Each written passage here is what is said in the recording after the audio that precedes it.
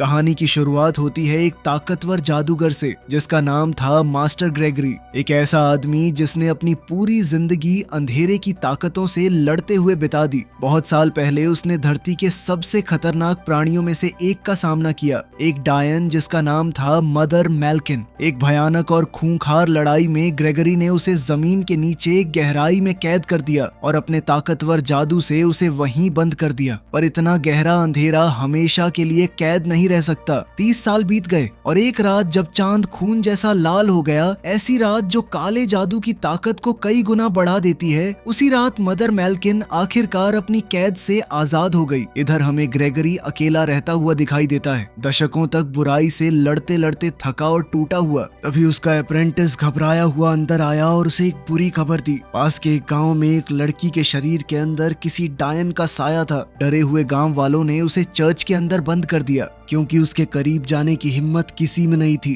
पहले तो ग्रेगरी इस बात को टालता हुआ कहने लगा कि ये काम सुबह तक रुक सकता है, कल जाएंगे। लेकिन जैसे ही उसके अप्रेंटिस ने बताया कि जिस रूह ने लड़की के शरीर पर काबू किया है उसका नाम है मदर मैल्किन, तो ग्रेगरी तुरंत तैयार हो गया। अपने हथियार लेकर वो उस काली रूह का सामना करने निकल पड़ा। चर्च के अंदर ग्रेगरी उस कांपती हुई लड़की के पास पहुंचा और उसने उसके गले में चांदी का एक लॉकेट पहना दिया। चांदी सबसे शुद्ध धातु जो काले जादू के लिए जानलेवा मानी जाती है। लड़की जोर से चीखी और डायन की रूह उसके शरीर से बाहर खिंच गई। फिर काले धुएं और आग के एक बवंडर में मदर मैल्किन अपने असली राक्षसी रूप में सामने आई। छाया और आग से बनी एक विशाल ड्रैगन जैसी प्राणी। अप्रेंटिस ने एक जादुई जाल फेंका और उसे काबू में करने की कोशिश की, पर मैल्किन बहुत ताकतवर निकली। उसने चर्च की दीवारें तोड़ डाली और अप्रेंटिस को घसीटते हुए अपने साथ खींच लिया। दोनों ने मिलकर अपनी पूरी ताकत से उससे लड़ाई की। उन्होंने उसे एक कोने में घेर लिया और एक जादुई पिंजरे में धकेल दिया जो सबसे खतरनाक प्राणियों को कैद करने के लिए बना था। जैसे ही ग्रेगरी उस पिंजरे को बंद करने वाला था, मैल्किन ने अपनी पूंछ से वार किया और अप्रेंटिस को लपेटकर बेरहमी से कुचलने लगी। ग्रेगरी चिल्लाया कि वो रुक जाए, पर उसने नहीं माना और उसकी आवाज गुस्से से गूंज उठी। कोई और रास्ता न देखकर ग्रेगरी ने अपना स्टाफ उठाया और जादुई आग का एक गोला छोड़ा जिससे पूरा पिंजरा जल उठा। वो आग किसी पवित्र ताकत से धधक रही थी, पर मैल्किन पहले से भी ज्यादा मजबूत निकली। वो पिंजरे को तोड़ते हुए खुले आसमान में उड़ गई। बेचारा जवान अप्रेंटिस उसी जादुई आग में फंस गया और ग्रेगरी के बचाने से पहले ही जलकर खत्म हो गया। बेबस और टूटे दिल से ग्रेगरी गुस्से में चिल्लाया कि वो एक दिन मदर मैल्किन को जरूर खत्म करेगा, चाहे इसमें कितना भी वक्त लग जाए। इसके बाद हम एक गांव में टॉम नाम के एक बेहद खास लड़के को देखते हैं। उसे ऐसी अजीब चीजें दिखती थीं जो और किसी को नजर नहीं आती थीं। उसके सपनों में अक्सर आग, अंधेरा और मदर मैल्किन का डरावना चेहरा छाया रहता। एक दिन एक रहस्यमय मेहमान उस फार्म पर आया, खुद वो मशहूर मास्टर ग्रेगरी। उसने टॉम की माँ से एक सीधा पर डरा देने वाला सवाल पूछा, तुम्हारा 7वां बेटा कौन सा है? टॉम की माँ थोड़ी झिझकी, पर आखिर में उसने अपने सबसे छोटे बेटे की तरफ इशारा किया। ग्रेगरी ने सिर हिलाया और बताया कि उसे डायनों और अंधेरे के प्राणियों का शिकार करने के लिए एक नया अप्रेंटिस चाहिए। बदले में उसने टॉम के पिता को सोने के सिक्कों से भरी एक थैली दी। थोड़ा झिझकते हुए भी टॉम के पिता मान गए क्योंकि उन्हें लगा कि ग्रेगरी उनके बेटे को एक बेहतर जिंदगी दे सकता है। टॉम के जाने से पहले उसकी माँ उससे चुपके से मिली। बहुत दुख के साथ उसने उसे एक छोटा चांदी का लॉकेट दिया जिसमें एक लाल पत्थर जड़ा था और कहा कि ये उसे बुराई से बचाएगा। उसकी आंखों में एक छुपा हुआ गम था, जैसे वो कुछ ऐसा जानती हो जो बता नहीं रही थी। टॉम ने उसे ले लिया, ये ना जानते हुए कि यह तोहफा उसके कितना काम आएगा। उधर बहुत दूर अपने पुराने पहाड़ी किले के टूटे खंडहरों में मदर मैल्किन फिर से अपनी ताकत को हासिल करने पहुंची। उसकी बहन विक्टोरिया सालों के अत्याचार के बाद टूटी और कमजोर पड़ी हुई थी। अपने काले जादू से मैल्किन ने अपनी बहन को ठीक किया और अपनी सेना दोबारा खड़ी करने लगी। वो किला जो कभी सुनसान और खंडहर बन चुका था, फिर से काली ताकत से जिंदा हो उठा। डायनों की रानी लौट आई थी और इस बार उसने पूरी दुनिया पर अपना कहर बरपाने की ठान ली। जैसे ही मास्टर ग्रेगरी और उसका नया अप्रेंटिस टॉम अपने सफर पर निकले, वो एक भीड़ भाड़ वाले कस्बे में जा पहुंचे। ग्रेगरी वैसे शौकीन आदमी था तो उसने कहा कि मैं 4 पैग लगा लूं, तू एक काम कर यहाँ शहर में घूम ले थोड़ा बहुत। टॉम जैसे ही उस भरे बाजार में घूम रहा था, उसे शोर सुनाई दिया और आगे एक हंगामा नजर आया। कस्बे के लोगों ने काले बालों वाली एक जवान लड़की को पकड़ लिया। उन्हें पक्का यकीन था कि वो एक डायन है और वो उसे सूरज ढलने से पहले जलाना चाहते थे। टॉम भीड़ को चीरते हुए आगे बढ़ा और उस लड़की का चेहरा देखकर ठहर गया। उसने उसे तुरंत पहचान लिया, इस दुनिया से नहीं बल्कि अपने सपनों से। पता नहीं क्या वजह थी, उसे उस लड़की की तरफ अलग सा खिंचाव महसूस हुआ। अपने मन की सुनते हुए वो आगे बढ़ा और भीड़ के सामने ऐलान किया कि वो मास्टर ग्रेगरी का अप्रेंटिस है और इस डायन से छुटकारा वही पा सकता है। गांव वाले डरे हुए थे, लेकिन मास्टर ग्रेगरी का नाम सुनने के बाद वो पीछे हट गए। उस लड़की ने टॉम को शांत और रहस्यमय नजरों से देखा। मेरा नाम एलिस है, उसने धीरे से कहा। उसकी मौजूदगी में कुछ ऐसा था जो प्यारा भी था और खतरनाक भी। टॉम उस अजीब खिंचाव से अब भी हैरान था। एलिस हल्के से मुस्कुराई और टॉम के कुछ और कहने से पहले वो भीड़ में गायब हो गई, ये कहते हुए कि वो दोबारा मिलेंगे। एलिस अपने घर लौटी और वो घर कोई और नहीं बल्कि मदर मेल्किन का वही काला किला निकला। एलिस चुपचाप अंदर आई, जहां उसकी मौसी मेल्किन ने उसका स्वागत किया। विक्टोरिया ने खुलासा किया कि एलिस उसकी अपनी बेटी है। जब मदर मेल्किन ने पहली बार अपनी भांजी को देखा तो उसने एलिस को अपनी नन्ही जासूस कहकर बुलाया, ये सोचकर कि वो उनके मकसद में काम आएगी। पर एलिस बाकी सबसे अलग निकली, क्योंकि अपने परिवार पर राज करने वाली क्रूरता और खून की प्यास से उसे अंदर ही अंदर सख्त नफरत थी। भले ही उसके खून में अंधेरा बहता हो, फिर भी वो किसी मासूम को नुकसान पहुंचाने के बिल्कुल खिलाफ थी। उधर ग्रेगरी और टॉम धुंध और अजीब आवाजों से भरे एक जंगल में और गहरे उतरते गए। जैसे ही रात हुई, टॉम को बेचैनी होने लगी। अचानक वो जमीन पर गिर पड़ा और एक और जोरदार नजारे ने उसे जकड़ लिया। आग, राक्षसों और पूरे चांद की लाल चमक की झलकियां उसकी आंखों के सामने घूम गईं। जब उसकी आंख खुली तो सुबह हो चुकी थी और उसने खुद को एक छोटी लकड़ी की नाव के अंदर लेटा हुआ पाया। ग्रेगरी पास ही अपने वफादार दोस्त टस्क के साथ आराम कर रहा था। जैसे ही टॉम जागा, उसके दिमाग में बस एक ख्याल आया, मुझे कब तक आपका अप्रेंटिस बने रहना होगा? ग्रेगरी ने उसकी तरफ गंभीरता से देखा और जवाब दिया, अगली पूर्णिमा की रात तक। उसने समझाया कि मदर मेल्किन हर बीतती रात के साथ और मजबूत होती जा रही है और जब पूरा चांद निकलेगा तो उसकी ताकत बेपनाह हो जाएगी। अगर उन्होंने उससे पहले उसे नहीं हराया तो दुनिया की कोई भी ताकत उसे रोक नहीं पाएगी। अब वो लोग ग्रेगरी के एक खुफिया ठिकाने पर पहुंचे। ग्रेगरी घूमते हुए बाहर चला गया और टॉम उस कैबिन को देखने लगा। उसे एक बंद दरवाजा मिला और अपने मास्टर की चेतावनियों को अनदेखा करते हुए उसने अंदर झांकने का फैसला किया। वो कमरा अंधेरे से भरा था, जिसमें एक अजीब सा कवच रखा था। बिना जाने ही टॉम ने एक खतरनाक रूप बदलने वाले डीमन को आजाद कर दिया। उस डीमन ने हमला किया और टॉम को कमरे के एक छोर से दूसरे छोर तक उछाल दिया। वो चाहे जितना भी जोर लगाए, उस अनजान ताकत के सामने वो बहुत कमजोर था। जैसे ही वो प्राणी उसे कुचलने वाला था, ग्रेगरी तेजी और हुनर के साथ अंदर आया और उसने उस डीमन को हमेशा के लिए मार गिराया। गुस्से में उसने टॉम की तरफ देखते हुए कहा कि इस तरह तो तुम खुद को भी मरवाओगे और किसी दिन मुझे भी। इस तरह के जादुई जीव बहुत खतरनाक होते हैं और अगर तुम तैयार नहीं हुए तो ये तुम्हें चीर डालेंगे। उसी पल से ग्रेगरी ने टॉम की कड़ी ट्रेनिंग शुरू कर दी। उसने उसे लड़ना सिखाया, जादुई हथियार चलाना सिखाया और सही निशाने के साथ काबू में रहकर वार करना सिखाया। टॉम ने काले जादू के निशान पहचानना और एक डायन के असर से बचना सीखा। दिन लंबे और थका देने वाले थे, पर ग्रेगरी अच्छी तरह जानता था कि वक्त बिल्कुल नहीं बचा। वो खूनी चांद हर गुजरते दिन के साथ और करीब आता गया। उधर पहाड़ी किले में मदर मेल्किन की सेना लगातार बढ़ती जा रही थी। उसने काली रूहें, राक्षसी कातिल और रात के जानलेवा प्राणी बुला लिए। उसकी ताकत एक तूफान की तरह पूरी जमीन पर फैल रही थी,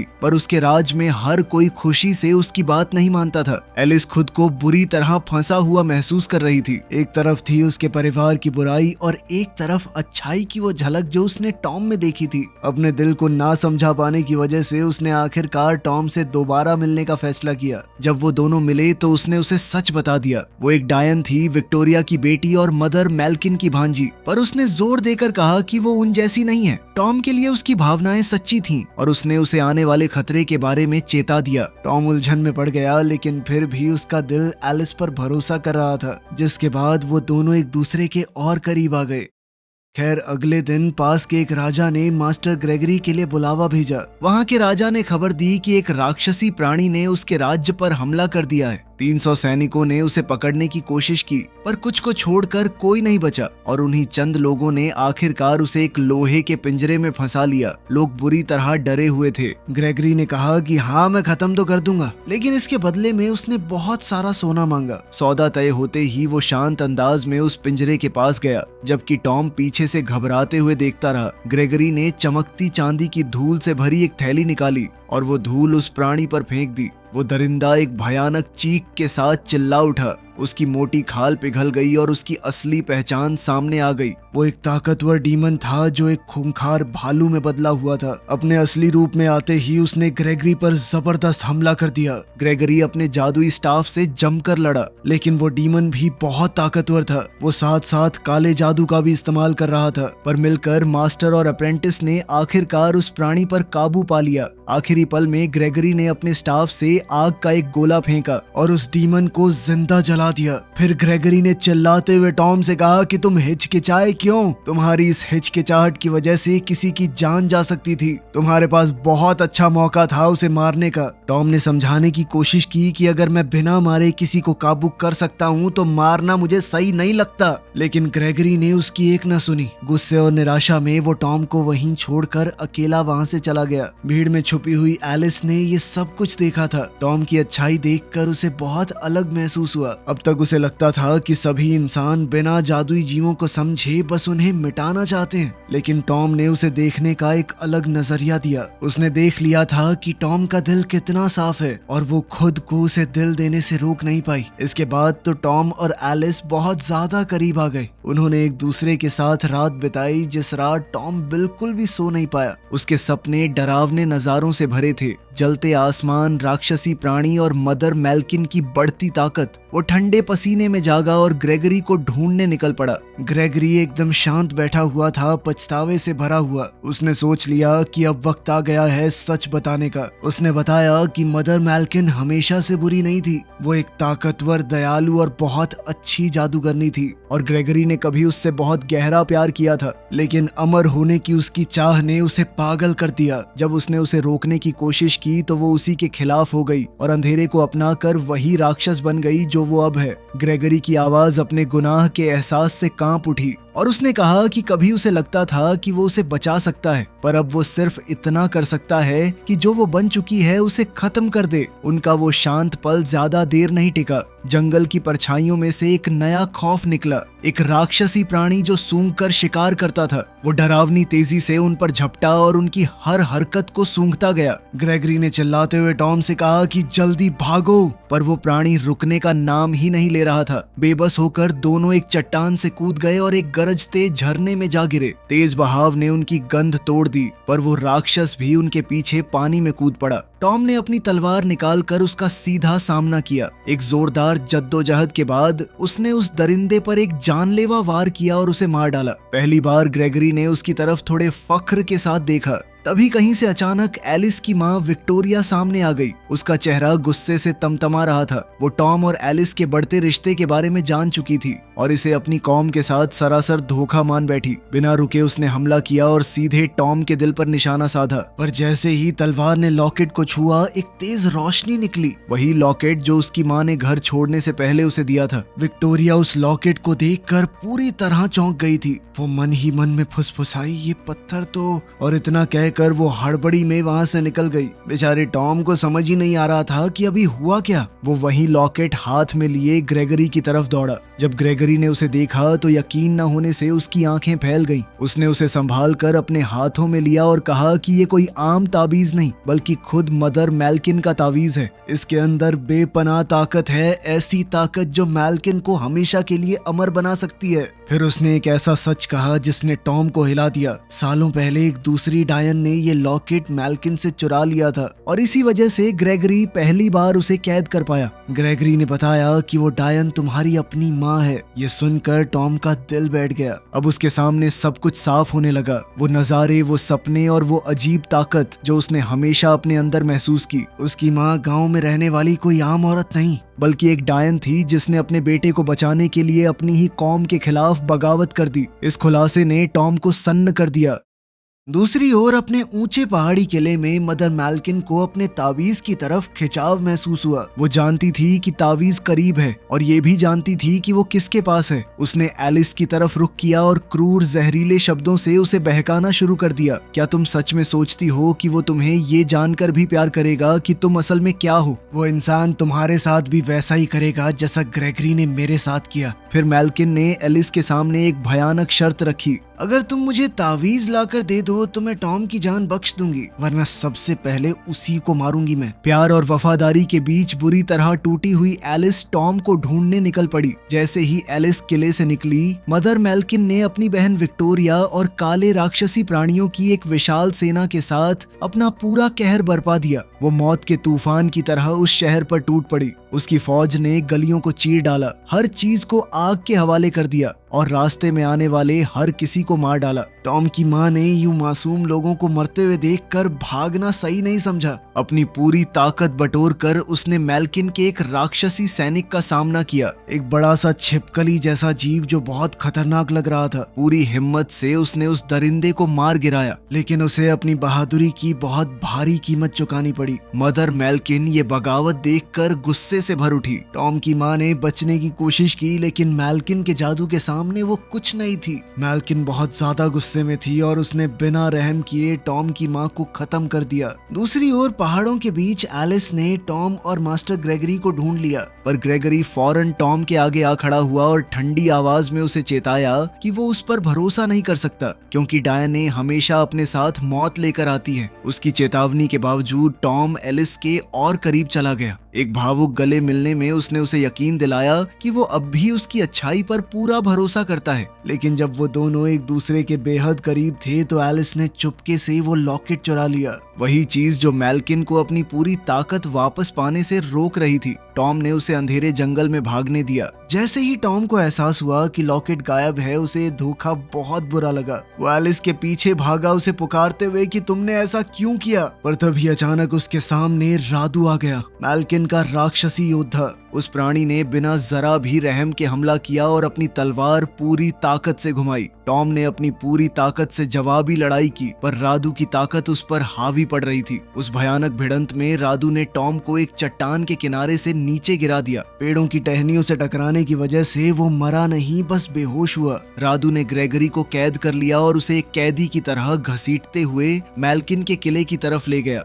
इस बेहोशी की हालत में टॉम फिर से सपने देखने लगा। आग, तबाही और पूरी दुनिया पर छाते मैल्किन के आतंक के नजारे उसकी आंखों के आगे घूम गए। फिर उस अंधेरे में से एक नरम सी रोशनी उभरी। उसकी माँ की रूह सामने आई, चमकती और शांत। वो उसके पास घुटनों के बल बैठी और धीरे से बोली, डरो मत मेरे बेटे, तुम्हारे अंदर मेरी अपनी ताकत है, तुम उसे जरूर हरा सकते हो। उसकी आवाज ने उसे गर्माहट और हिम्मत से भर दिया। जब टॉम ने आंखें खोली तो वो जिंदा था और उसके अंदर कुछ बदल चुका था। उसके डर की जगह अब एक मजबूत इरादा आ गया। अपने वफादार प्राणी टस्क की मदद से वो उठा और मैल्किन के किले की तरफ अपना सफर शुरू कर दिया।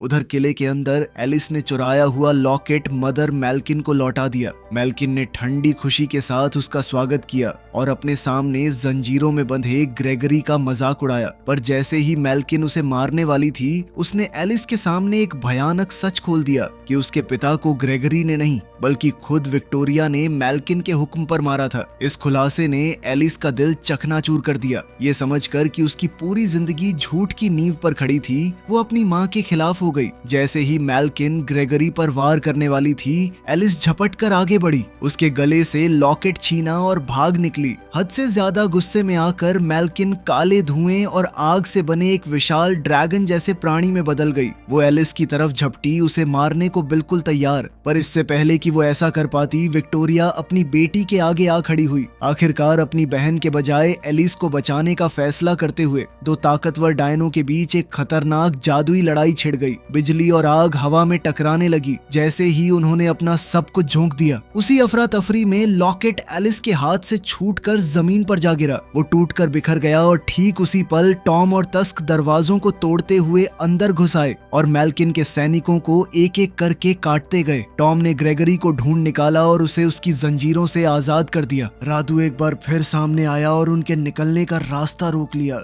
इस बार वो एक बहुत ही खतरनाक राक्षस में बदल गया। उस प्राणी ने दहाड़ते हुए हमला किया, पर इस बार टॉम और ग्रेगरी पूरी तरह तैयार थे। दोनों बेमिसाल ताकत और हुनर के साथ लड़े। एक बेहद खतरनाक लड़ाई के बाद ग्रेगरी ने रादू की ही नुकीली पूंछ से उसके दिल पर हमला करके उसे खत्म कर दिया। ग्रेगरी ने बाकी बचे काले सैनिकों को भी खत्म किया और अपना ध्यान मैल्किन की तरफ मोड़ दिया। जलते किले के अंदर दोनों बहनों की लड़ाई अपने चरम पर पहुंच गई। मैल्किन ने आखिरकार विक्टोरिया पर काबू पा लिया और एक जानलेवा वार करते हुए अपनी ही बहन को मार डाला। पर अब पहाड़ों पर सूरज निकलने के साथ उसकी ताकत कम होने लगी। मौका देखकर ग्रेगरी उसकी तरफ बढ़ा। एक बेहद कमजोर हो चुकी मैल्किन ने ग्रेगरी से कहा कि अभी भी देर नहीं हुई है, हम दोनों साथ में रह सकते हैं। मैंने कभी तुम्हें प्यार करना नहीं छोड़ा। पर ग्रेगरी ये शब्द पहले भी सुन चुका था। अपनी आंखों में गहरी उदासी लिए उसने जवाब दिया कि उसका मौका अब गुजर चुका है। उसने अपना खंजर उठाया और एक आखिरी वार के साथ उसे पूरी तरह खत्म कर दिया और उसके अंधेरे के राज को हमेशा के लिए मिटा दिया। जैसे ही आग बुझने लगी, टॉम और एलिस उन खंडहरों के बीच एक दूसरे से आ मिले। थके हुए और राख से सने दोनों ने एक दूसरे को कसकर गले लगाया, ये जानते हुए कि उन्होंने इस दुनिया को बचाने के लिए कितना कुछ कुर्बान किया। ग्रेगरी उन्हें खामोशी से देखता रहा और उसके चेहरे पर एक हल्की और फख्र भरी मुस्कान तैर गई। इतने सालों में पहली बार दुनिया में पूरी तरह शांति हुई। इसी के साथ ग्रेगरी ने टॉम को अपना उत्तराधिकारी चुना और अब बुराई के खिलाफ लड़ाई का जिम्मा उसके कंधों पर होगा। वीडियो पसंद आई तो लाइक कर देना, चैनल को सब्सक्राइब कर लेना। मिलते हैं अगली वीडियो में।